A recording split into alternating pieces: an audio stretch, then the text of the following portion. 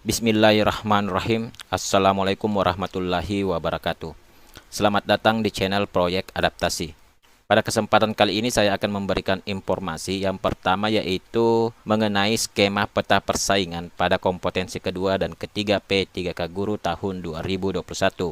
Yang kedua yaitu terkait kebijakan pengisian formasi kosong dalam seleksi P3K Guru tahun 2021.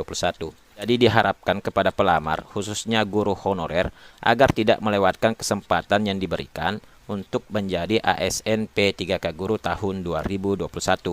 Baik, kita langsung saja ke informasinya, yaitu mengenai skema pemilihan formasi P3K Guru kompetensi kedua dalam wilayah kabupaten.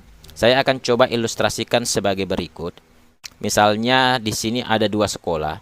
Sekolah yang pertama yaitu SDN Asoka, di mana di SDN Asoka ini masih tersedia formasi 1 guru kelas SD pada kompetensi kedua P3K Guru tahun 2021. Dan sekolah yang kedua yaitu SMPN Kamboja.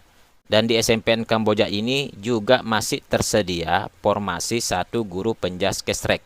SDN Asoka dan SMPN Kamboja ini masih dalam satu wilayah Kabupaten Brebes yang memiliki kewenangan pengelolaan pendidikan bentuk satuan pendidikan PAUD, TK, SD, dan SMP. Dan sebelumnya perlu dipahami terlebih dahulu bahwa pelamar yang bisa mengikuti kompetensi kedua seleksi P3K Guru tahun 2021 yaitu yang pertama adalah guru THK 2 yang berada dalam wilayah kabupaten dan garis miring atau yang mengajar pada salah satu bentuk satuan pendidikan dalam kewenangan pengelolaan pendidikan wilayah kabupaten yang belum lulus seleksi kompetensi 1. Yang kedua adalah guru non-ASN atau guru honorer yang mengajar pada salah satu bentuk satuan pendidikan dalam kewenangan pengelolaan pendidikan wilayah kabupaten yang terdaftar di Dapodik yang belum lulus seleksi kompetensi 1. Selanjutnya yang ketiga adalah guru honorer sekolah swasta yang mengajar pada salah satu bentuk satuan pendidikan dalam kewenangan pengelolaan pendidikan wilayah kabupaten yang terdaftar di Dapodik. Yang keempat adalah lulusan PPG yang berada dalam wilayah kabupaten. Dan untuk cara pemilihan formasinya sesuai dengan peraturan, maka pelamar atau guru honorer yang tersedia formasinya di sekolah tempatnya mengajar yang sesuai dengan Serdik dan garis miring atau kualifikasi pendidikan, maka wajib memilih formasi tersebut. Dan pada SDN Asoka kita bisa lihat bahwa untuk guru honorer atas nama Ardi itu memiliki sertifikat pendidik bahasa Indonesia yang tidak linear dengan formasi yang tersedia di SDN Asoka. Tetapi kualifikasi pendidikan yang dimiliki itu linear dengan formasi yang tersedia. Jadi Ardi wajib memilih formasi yang tersedia di sekolah tempatnya mengajar yaitu SDN Asoka karena kualifikasi pendidikan yang dimiliki itu sesuai dengan formasi yang tersedia. Selanjutnya untuk guru honorer atas nama Arif, karena belum memiliki sertifikat pendidik, maka si Arif mengecek kesesuaian kualifikasi pendidikan yang dimiliki dengan formasi yang tersedia di tempatnya mengajar. Dan formasi tersebut tidak sesuai dengan kualifikasi pendidikan yang dimiliki oleh Arif, maka Arif harus mencari formasi di sekolah lain dalam wilayah Kabupaten Brebes dengan pilihan bentuk pendidikan bisa di PAUD atau bisa di TK atau bisa di SD atau bisa di SMP asalkan sesuai dengan kualifikasi pendidikan yang dimiliki oleh Arif. Dan bisa saja Arif memilih formasi yang tersedia di SMPN Kamboja karena formasi tersebut sesuai dengan kualifikasi pendidikan yang dimiliki oleh Arif. Selanjutnya untuk guru honorer yang berada di SMPN Kamboja, yang pertama atas nama Budi, karena telah lulus pada kompetensi 1 maka tidak perlu diperhitungkan. Selanjutnya yang kedua guru honorer atas nama Ira, karena belum memiliki sertifikat pendidik maka Ira harus mengecek kesesuaian pendidikan yang dimiliki dengan formasi yang tersedia di sekolah tempatnya mengajar yaitu SMPN Kamboja. Dan di sini sudah bisa kita lihat bahwa formasi yang tersedia di SMPN Kamboja tempatnya mengajar itu tidak sesuai dengan kualifikasi pendidikan yang dimiliki oleh Ira. Maka Ira harus mencari formasi di sekolah lain dalam wilayah Kabupaten Brebes Dengan pilihan bentuk pendidikan bisa di PAUD, atau bisa juga di TK, atau bisa juga di SD, atau bisa juga di SMP, asalkan sesuai dengan kualifikasi pendidikan yang dimiliki oleh IRA. Dan sesuai dengan peraturan pada pemilihan formasi kompetensi kedua, maka IRA sudah bisa memilih formasi yang berada di SDN Asoka karena formasi tersebut sesuai dengan kualifikasi pendidikan yang dimiliki oleh IRA. Walaupun pada SDN Asoka tersebut hanya tersedia satu formasi guru kelas SD, di mana pada SDN Asoka itu juga memiliki guru honorer yang memilih formasi tersebut. Jadi pada pemilihan formasi untuk kompetensi kedua ini sudah tidak ada aturan yang menjelaskan bahwa pelamar dari sekolah lain tidak boleh memilih formasi yang sudah dilamar oleh pelamar yang mengajar pada suatu sekolah.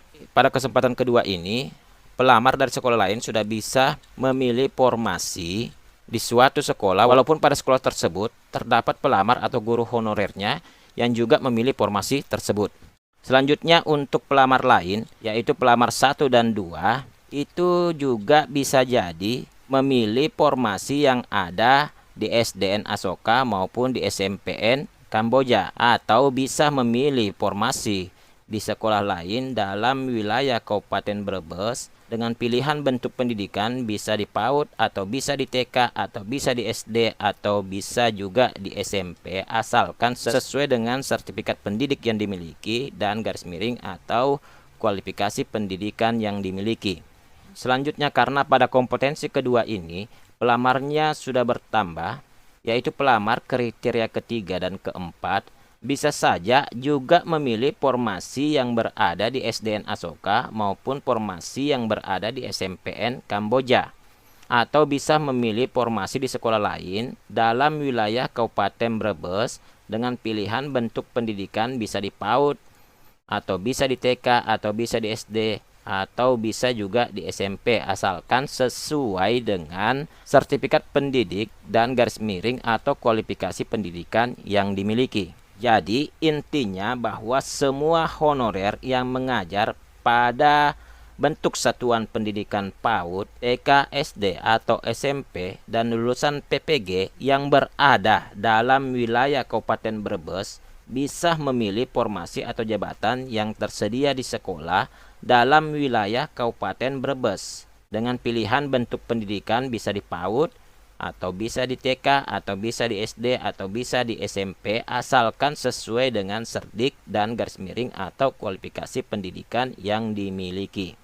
Demikian pun halnya dengan skema pemilihan formasi P3K guru kompetensi kedua dalam wilayah provinsi. Hanya saja yang membedakan antara wilayah kabupaten dan wilayah provinsi, yaitu yang pertama, semua kriteria pelamar dalam kompetensi kedua seleksi P3K guru tahun 2021 yang berada dalam wilayah provinsi dan garis miring atau mengajar pada salah satu bentuk satuan pendidikan dalam kewenangan pengelolaan pendidikan wilayah provinsi itu bisa memilih formasi di sekolah lain lintas kabupaten selama masih dalam satu wilayah provinsi.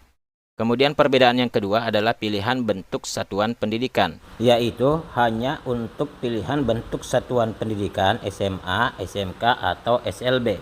Tidak bisa memilih bentuk satuan pendidikan PAUD, TK, SD, atau SMP, kecuali jika provinsi tersebut memiliki kewenangan pengelolaan pendidikan PAUD, Dikdas, dan Dikmen. Jadi intinya, semua honorer yang mengajar pada SMA atau SMK atau SLB dan lulusan PPG yang berada dalam suatu wilayah provinsi bisa memilih formasi atau jabatan yang tersedia di sekolah dalam wilayah provinsi tersebut dengan pilihan bentuk satuan pendidikan SMA atau bisa SMK atau bisa SLB asalkan sesuai dengan serdik dan garis miring atau kualifikasi pendidikan yang dimiliki. Selanjutnya, bagaimana peluang lulus P3K guru pada kompetensi kedua? Perlu dipahami bahwa jumlah saingan pada kompetensi 2 itu sudah bertambah dan cukup ketat karena akan bersaing dengan seluruh pelamar yang memiliki kesesuaian serdik dan garis miring atau kualifikasi pendidikan dengan formasi yang ada dalam satu wilayah sesuai kewenangan pengelolaan pendidikan dalam wilayah kabupaten atau kota atau dalam wilayah provinsi. Saingan pertama yaitu guru THK 2 yang belum lulus seleksi kesempatan 1, baik dalam satu sekolah tempat mengajar jika ada maupun dari sekolah lain. Kemudian yang kedua adalah guru honorer sekolah negeri yang belum lulus seleksi kesempatan 1, baik dalam satu sekolah tempat mengajar maupun dari sekolah lain. Kemudian yang ketiga adalah guru honorer sekolah swasta. Selanjutnya yang keempat adalah lulusan PPG. Berikutnya bagaimana ilustrasi atau skema pemilihan formasi P3K guru pada kompetensi ketiga di wilayah kabupaten atau di wilayah provinsi. Di sini saya akan ilustrasikan misalnya salah satu sekolah yang berada di wilayah Kabupaten Brebes, Provinsi Jawa Tengah.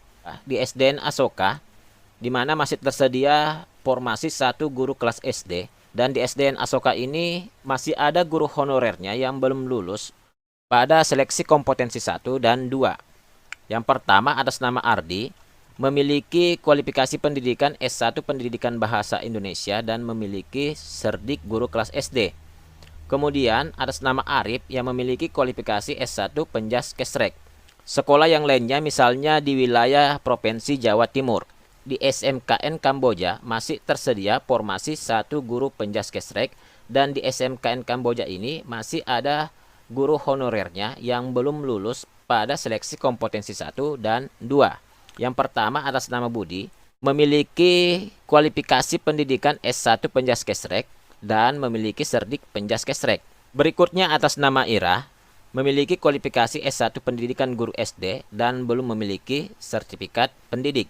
Perlu dipahami bahwa peserta atau pelamar yang boleh mengikuti kompetensi ketiga adalah seluruh pelamar di seluruh wilayah Indonesia yang tidak lulus pada seleksi kompetensi kedua, yang terdiri dari 1 guru THK 2, yang kedua guru non-ASN atau guru honorer yang mengajar di sekolah negeri yang terdaftar di Dapodik. Kemudian yang ketiga adalah guru honorer sekolah swasta yang terdaftar di Dapodik. Dan yang keempat adalah lulusan PPG. Dan untuk pemilihan formasinya sesuai dengan peraturan, pelamar atau guru honorer yang tersedia formasinya di sekolah tempatnya mengajar, maka wajib memilih formasi tersebut. Maka Ardi yang memiliki sertifikat pendidik guru kelas SD yang sesuai atau linear dengan formasi yang ada di SDN Asoka sekolahnya mengajar, maka wajib memilih formasi tersebut. Sedangkan Arif yang memiliki kualifikasi pendidikan S1 Penjaskesrek di mana tidak sesuai atau tidak linear dengan formasi yang tersedia di sekolah tempatnya mengajar, maka Arif mencari formasi di sekolah lain yang masih tersedia di seluruh sekolah negeri di wilayah Indonesia.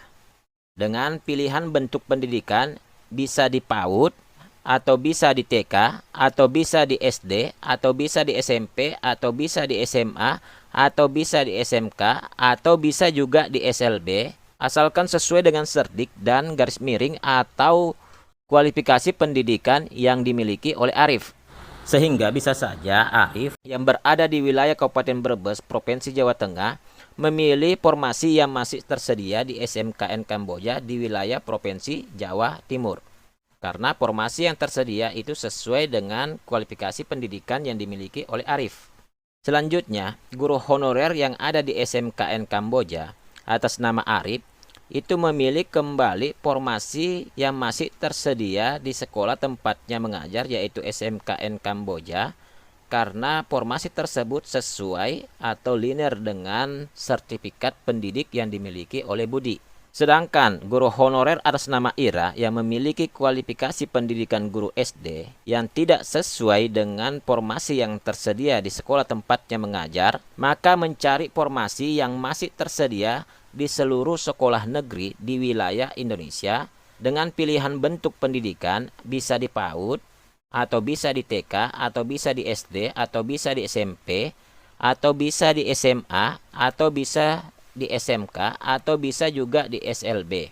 Jadi bisa saja Ira yang berada di wilayah Provinsi Jawa Timur memilih formasi yang masih tersedia di SDN Asoka yang berada di wilayah Kabupaten Brebes, Provinsi Jawa Tengah, karena formasi tersebut sesuai atau linear dengan kualifikasi pendidikan yang dimiliki oleh IRA.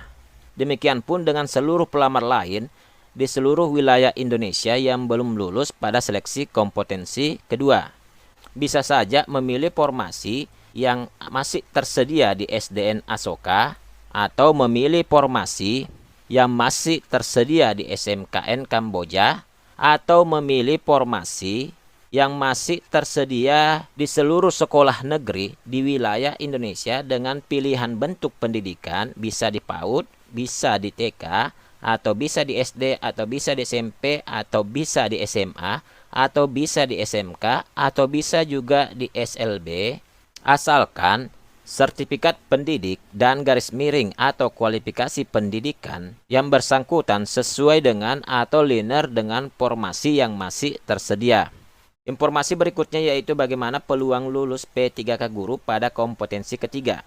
Yang perlu dipahami adalah bahwa jumlah saingan pada kompetensi ketiga itu semakin bertambah dan sangat ketat karena akan bersaing dengan seluruh pelamar yang memiliki kesesuaian cerdik dan garis miring atau kualifikasi pendidikan dengan formasi yang masih tersedia di seluruh wilayah Indonesia. Jadi bisa saja bersaing dengan guru THK 2 yang belum lolos seleksi kesempatan kedua di seluruh wilayah Indonesia, baik dalam satu sekolah tempat mengajar jika ada maupun dari sekolah lain di seluruh wilayah Indonesia. Kemudian saingan yang kedua adalah guru honorer di sekolah negeri yang belum lulus seleksi kesempatan kedua, baik dalam satu sekolah tempat mengajar maupun dari sekolah lain di seluruh wilayah Indonesia. Selanjutnya yang ketiga adalah guru honorer sekolah swasta di seluruh wilayah Indonesia. Dan yang keempat adalah lulusan PPG di seluruh wilayah Indonesia. Jadi peluang lulus pada kompetensi ketiga seleksi P3K Guru tahun 2021 itu sangat berat. Karena saingan itu sudah mencakup seluruh pelamar atau peserta di seluruh wilayah Indonesia. Demikian informasi yang bisa saya sampaikan pada kesempatan kali ini. Jika informasi ini bermanfaat, silakan di-share sebanyak-banyaknya. Terima kasih bagi kalian yang telah meluangkan waktu untuk menonton video ini. Jangan lupa bahagia dan selalu bermanfaat bagi orang lain.